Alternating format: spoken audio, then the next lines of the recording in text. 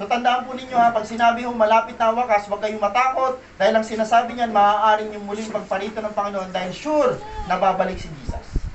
Kahit nasa trabaho tayo, isipin lagi natin, Lord, kung babalik ka ngayon nasa trabaho ako, walang problema. Kasi bakit po? Ayos ang relasyon ko sa Diyos. Ano ibig sabihin? Mamumuhay ka ng tama dahil alam mo may Diyos na babalik. Amen. Diba? Ang hirap na sa panahon natin ngayon. Paano ka magkakaroon ng malinaw na isipan kung ang lagi mo napapanood ay gera?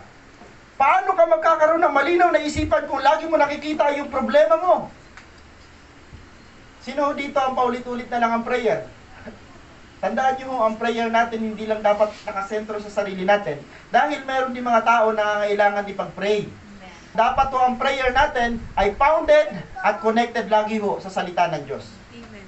Pakiusap, magbasa ho uli kayo ng Bible. Lagi ko sinasabi, magbasa kayo ng Bible dahil ang Bible lang ho ang magpapakita sa atin. Hindi ka na magtataka kung may gera, sabi mo ay nasulat sa Bible yan. Ay mayroong sumusugot, nananakop, mayroong pumapatay, may gera, ay mayroong tagutom, ay sabi mo ay nakasulat sa Bible. Hindi ka na nagugulantang dahil familiar sa'yo yung nangyayari. Dapat tayong maging mahinahon. Hindi makakatulong yung panic.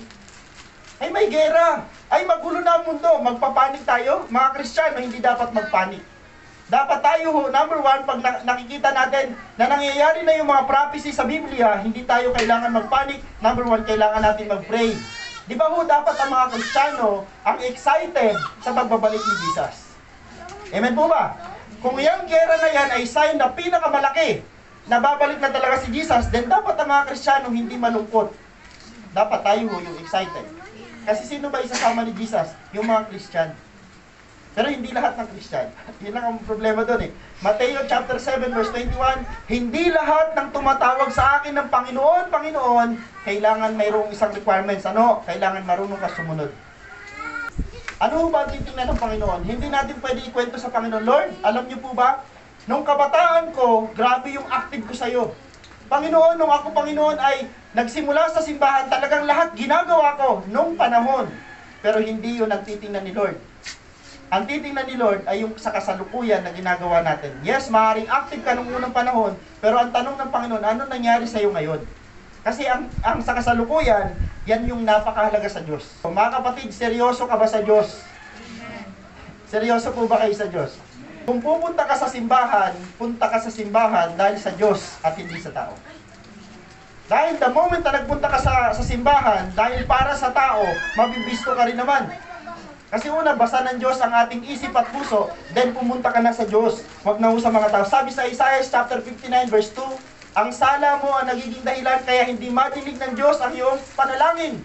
The moment na mayroon pa rin kasalanan na nagiging barrier, ang hirap makatanggap sa Diyos ng answered prayer. So, ingat tayo doon sa part na yun. Sa madaling salita, dapat tayo mag-ingat sa kung paano tayo namumuhay. Malapit na ang wakas ng lahat ng bagay, sabi ni Pedro. Okay? Walang makakapigil sa pagdating nito. Kahit ano ang prayer natin na wag muna, Lord, pwede po bang tumagal pa? Hindi natin mapipigil yan.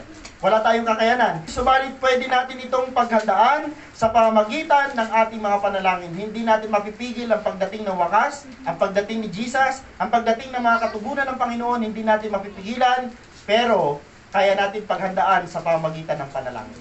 Lagi tayong maging mapagtimpi. Sikapin po natin na magkaroon tayo ng self-control. Sikapin po natin na matuto tayo magpigil sa sarili. The moment na parang natutokso ka, the moment na parang gusto mong i-grab yung isang mali, isang kasalanan, kapatid, magpigil sa sarili. Mahirap magpigil pero kailangan natin gawin. Lagi tayong maging mapagtimpi, lagi nating panatiling malinaw ang ating pag-iisip. Lilinaw lang ang pag-iisip natin kung tayo ay magbababad sa prayer at magbababad sa salita ng Diyos.